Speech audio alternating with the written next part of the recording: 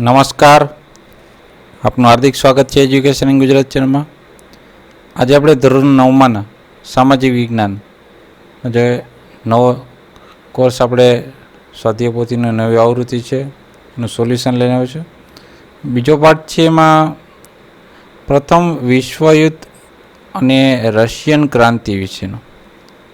આ પાઠના અગત્યના પ્રશ્નો શીખા પહેલાં જો તમે ચેનલ પર નવા હોય તો ચેનલ સબસ્ક્રાઈબ કરી લેજો જેથી શીખી શકો. સૌથી પહેલાં વિભાગ એમાં છે સૌથી પહેલાં યોગ્ય જોડકા જોડો વિભાગ અના વિભાગ બ સાથે.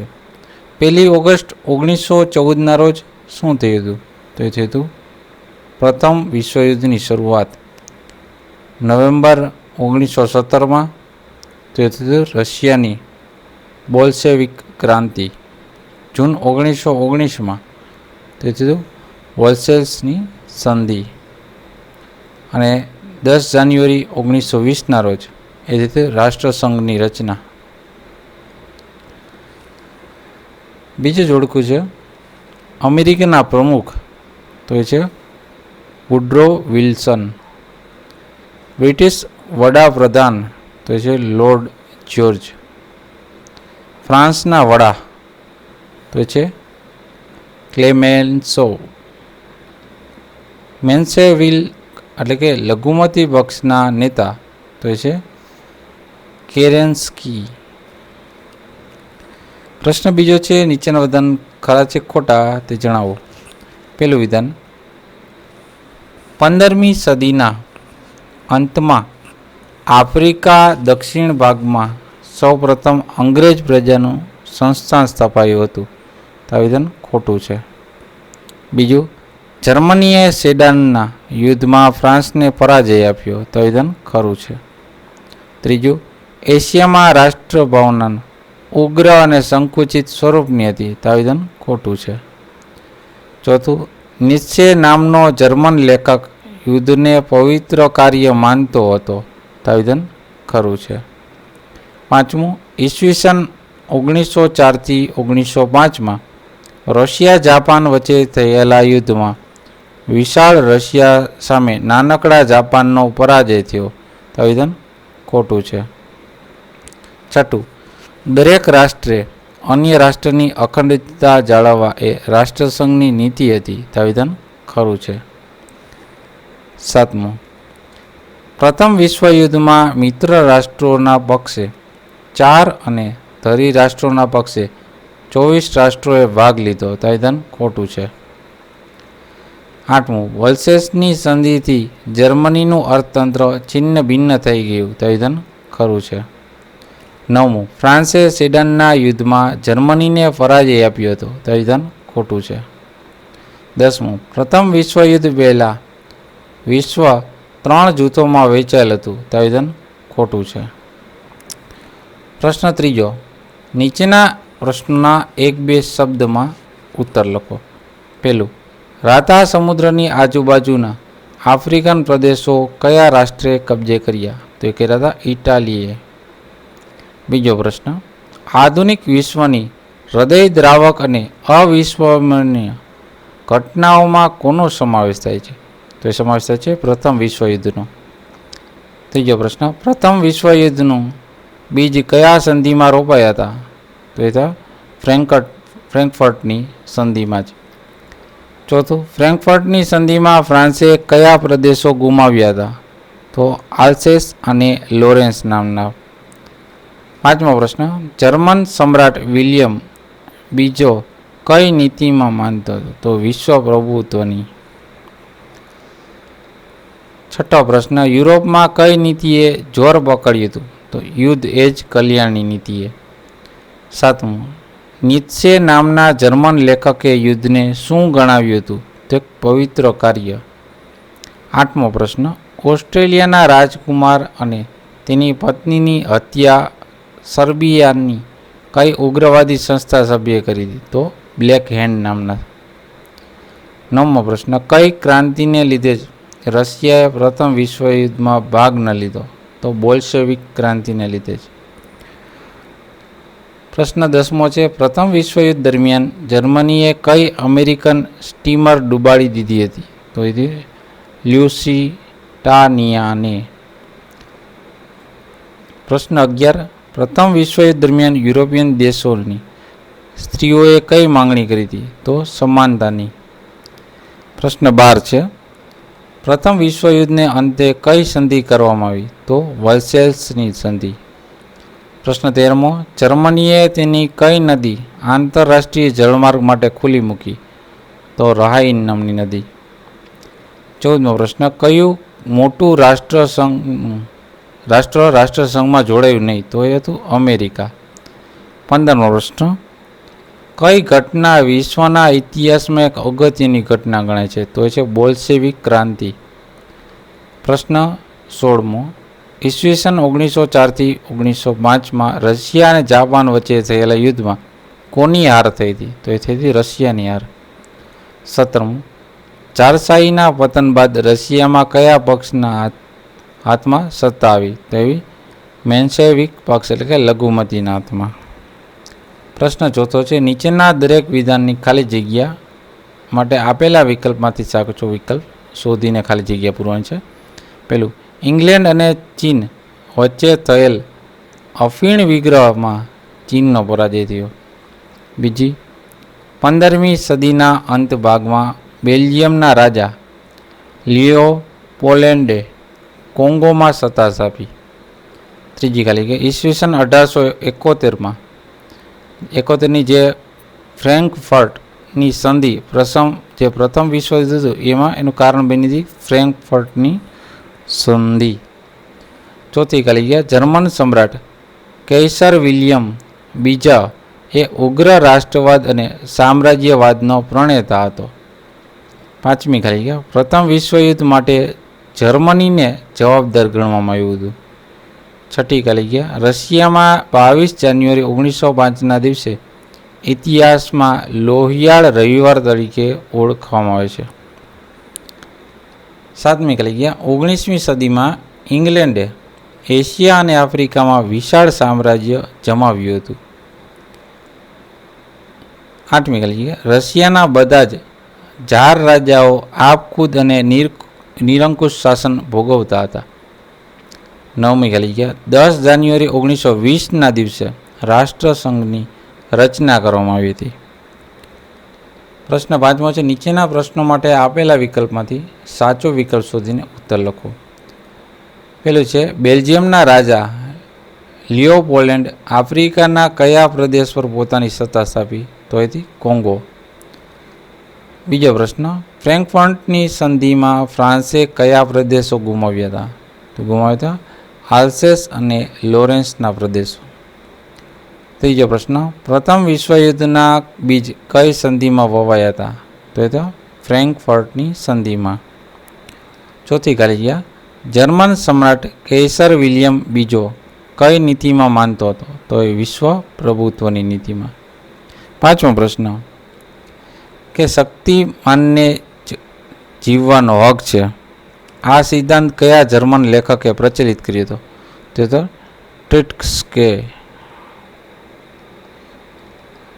છઠ્ઠો પ્રશ્ન. પ્રથમ વિશ્વયુદ્ધને અંતે કઈ સંધિ કરવામાં આવી? તો એ કરવામાં આવી વર્સેલ્સની સંધિ. સાતમો પ્રશ્ન. ઈસવીસન 1917માં થયેલ રશિયન ક્રાંતિ કઈ ક્રાંતિ તરીકે ઓળખાય છે? તે ઓળખાય છે સમાજવાદી બોલ્શેવિક ક્રાંતિના નામે. ત્યારબાદ છે પ્રશ્ન આપણે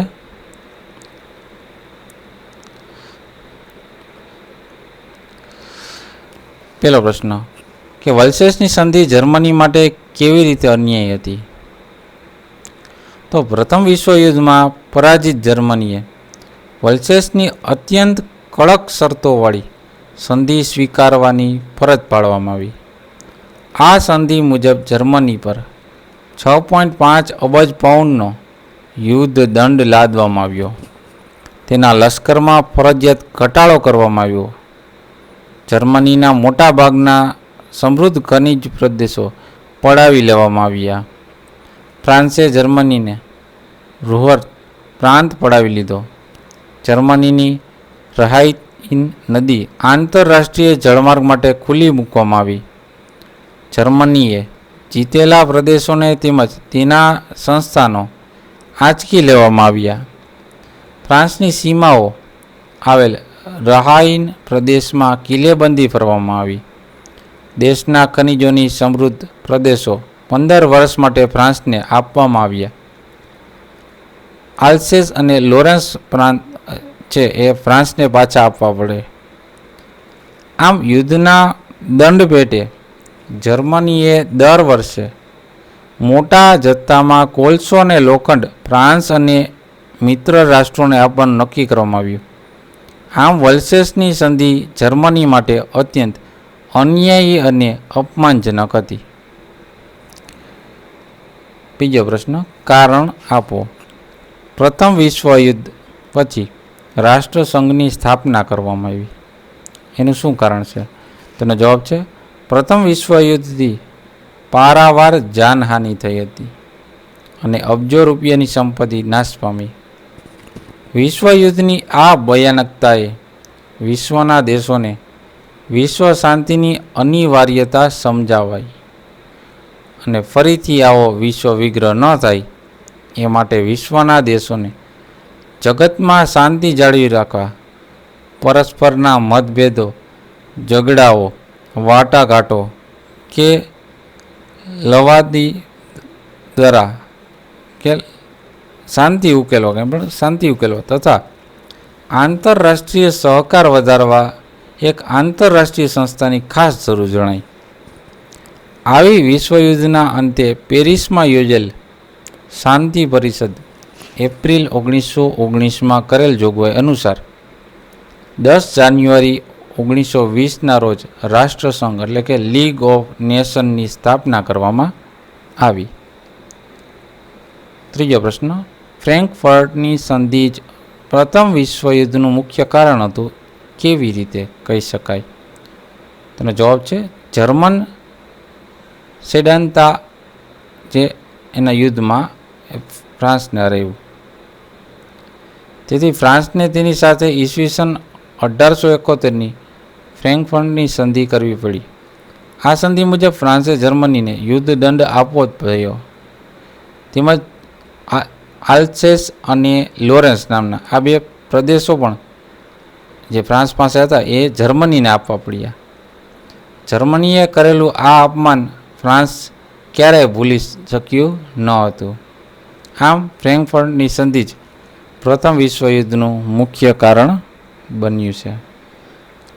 ચોથો પ્રશ્ન, પ્રથમ વિશ્વયુદ્ધ પછી યુરોપિયન સમાજમાં સ્ત્રીઓ જાગૃત બની કેવી રીતે? તો પ્રથમ વિશ્વયુદ્ધમાં મોટી સંખ્યામાં પુરુષો માર્યા ગયા હોવાથી યુરોપિયન સમાજમાં પુરુષોની સંખ્યા ઘટી. આથી જીવનના અનેક ક્ષેત્રોમાં કામ કરવા માટે સ્ત્રીઓએ આગળ આવવું પડ્યું. સ્ત્રીઓએ પુરુષની કૌટુંબિક અને વ્યવસાયિક જવાબદારી સ્વીકારી. સ્ત્રીઓએ ઘરની 4 દિવાલમાંથી બહાર આવી તેમાંના આત્મવિશ્વાસ વધ્યો અને રાજકીય જાગૃતિ આવી. પરિણામે યુરોપના કેટલાક દેશોમાં સ્ત્રી મતાધિકાર માટેના આંદોલન પણ થયા. આમ પ્રથમ વિશ્વયુદ્ધ પછી યુરોપિયન સમાજમાં સ્ત્રીઓ જાગૃત બની. પાંચમો પ્રશ્ન, 22 જાન્યુઆરી 1905ના દિવસે રશિયાના લોહિયાળ રવિવાર તરીકે શા માટે ઓળખવામાં આવે છે? એવું શું થયું? તેનો જવાબ છે 22 જાન્યુઆરી 1905ના રવિવારના દિવસે ફાધર ગેપોન નામના એક પાદરીના નેતૃત્વ નીચે એક વિશાળ લોકોનું સરઘસ ઝાર નિકોલસ બીજાને આ આવેદન આપવા માટે મહેલે ગયું. બધા લોકો નિશસ્ત્ર હતા, કોઈની પાસે શસ્ત્ર હતા નહીં. આ લોકો પર જ્યારે લશ્કર દ્વારા ગોળીબાર કરાવવા હજારો નિર્દોષ લોકોને મારી નખાયા અને હજારોને ઘાયલ કર્યા. સેન્ટ પીટર્સબર્ગના ઝારના મહેલ આગળનો બરફ લોહીથી લાલ થઈ ગયો. આથી 22 જાન્યુઆરી 1905ના દિવસને રશિયાનો લોહિયાળ રવિવાર તરીકે ઓળખવામાં આવે છે.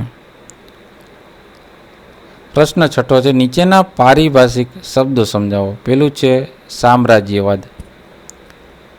તો રાજકીય, આર્થિક અને લશ્કરી દ્રષ્ટિએ વિકાસ પામેલો દેશ કોઈ અલ્પ વિકસિત દેશ પર પોતાનું રાજકીય આધિપત્ય જમાવે તો તેને સામ્રાજ્યવાદ કહેવાય.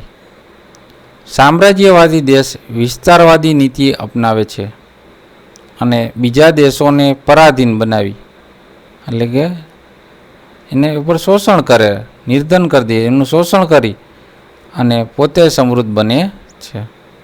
તે પ્રજાને ગુલામ બનાવી તેની સંસ્કૃતિનો વિકાસ રૂંધે છે, તેમની પર પોતાની સંસ્કૃતિનો પ્રભાવ પણ જમાવે છે. આ સામ્રાજ્યવાદ. બીજું છે બ્લેક હેન્ડ. તો બ્લેક હેન્ડ એ સર્બિયાની ઉગ્રવાદી એક સંસ્થા, જેને આપણે સાઇબેરિયા કહીએ છીએ. આ સંસ્થાએ ઓસ્ટ્રેલિયાના રાજકુમાર અને તેની પત્નીને ગોળી મારી હત્યા કરી.